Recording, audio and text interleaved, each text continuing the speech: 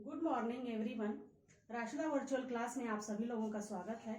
आज का हमारा टॉपिक है भारतीय संविधान की विशेषताएं। हमारे देश में एक संविधान की व्यवस्था है जिसका निर्माण डॉक्टर भीमराव अंबेडकर की अध्यक्षता में हुआ। प्रारंभ में मूल संविधान में 395 अनुच्छेद और 8 अनुसूचियां थीं, पर अभी वर्तमान समय में इसमें 465 अनुच्छेद और 12 अनुसूचियां हैं। समय समय पर निरंतर संविधान में संशोधन होता रहता है, जिससे इसका आकार और विस्तृत हो जाता है। भारतीय संविधान की विशेषताएं बहुत सारी हैं, कुल 19 हैं करीब, लेकिन इसमें से मैं कुछ आपको खास विशेषताएं आज बताऊंगी। तो आइए देखते हैं। सबसे पहली विशेषता जो है वो है लोकतंत्रात्मक गणराज्य।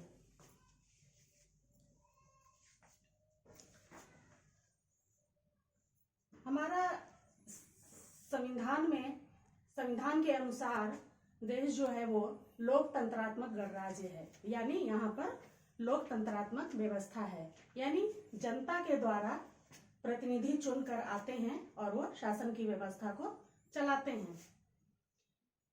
दूसरी जो है वो विशेषता है भारतीय संविधान में विभिन्न संविधानों का समावेश।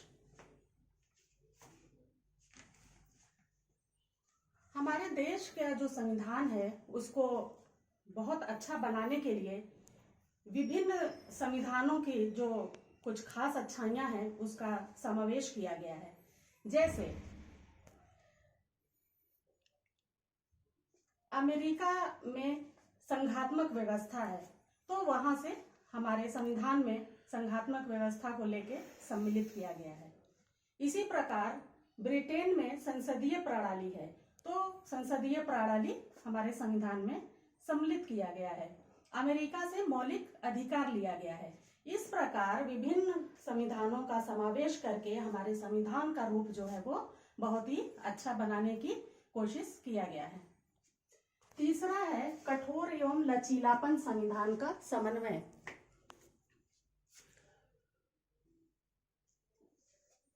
कठोर एवं लचीलापन संविधान से आशय यहाँ पर ये है, कठोर का मतलब है कि संविधान का वह रूप जिसमें परिवर्तन नहीं किया जा सकता।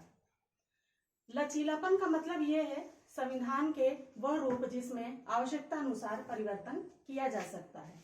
हमारे संविधान की जो महत्वपूर्ण और खास विशेषता है वो यही है कि कुछ चीजें ऐसी हैं जो सबके लिए बनाई गई हैं, उनमें परिवर्तन नहीं किया जा सकता, और कुछ चीजें जो आवश्यकता अनुसार परिवर्तित किया जा सकता है। इसको इसलिए हमारे संविधान को जो है वो कठोर एवं लचीला संविधान का समन्वय माना गया है। चौथी जो है वो विशेषता है संपूर्ण प्रभुत्व संपन्न गणराज्य।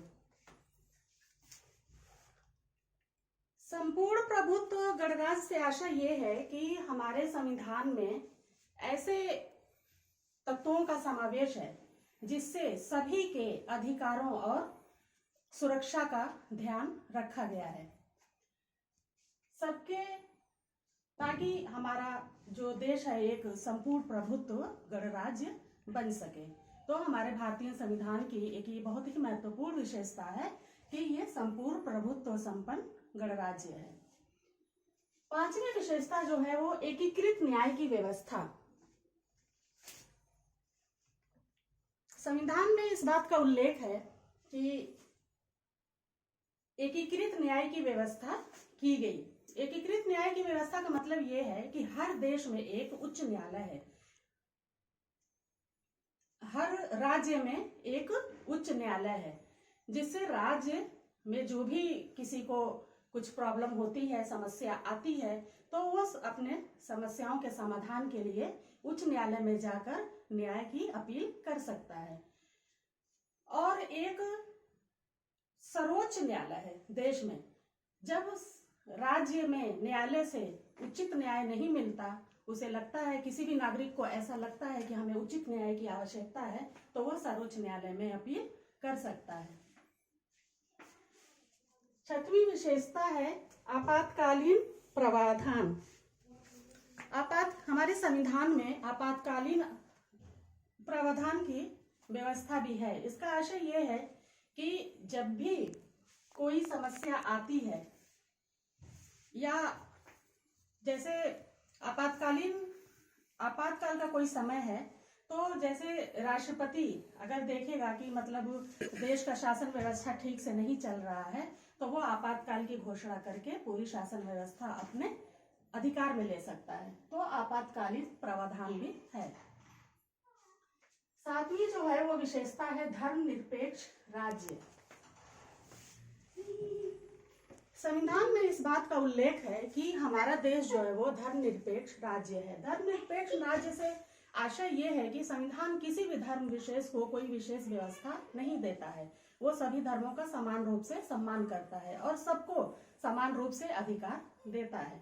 तो हमारा देश का संविधान की ये बहुत बड़ी और खास विशेषता है। पूरे विश्व में इसका नाम है कि यह हमारा देश जो है वो धर्मनिरपेक्ष राज्य है, यानी किसी धर्म विशेष को महत्व नहीं देता, सबको बराबर अधिकार और सम्मान देता है। आठवीं महत्वपूर्ण विशेषता है गुटनिरपेक्षता।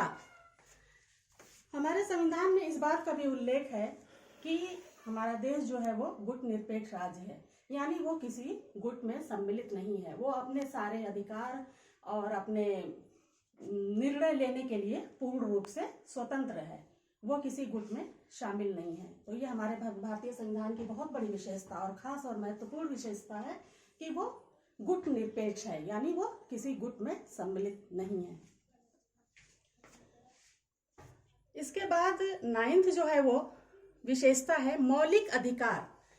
हमारे देश के संविधान में मौलिक अधिकारों का उल्लेख है, यानी हर नागरिक को मौलिक अधिकार दिए गए हैं। जैसे सबको अपने निर्णय लेने की स्वतंत्रता है, अपने धर्म पालन की स्वतंत्रता है, और भी इसी तरह के बहुत सारे अधिकार दिए गए हैं।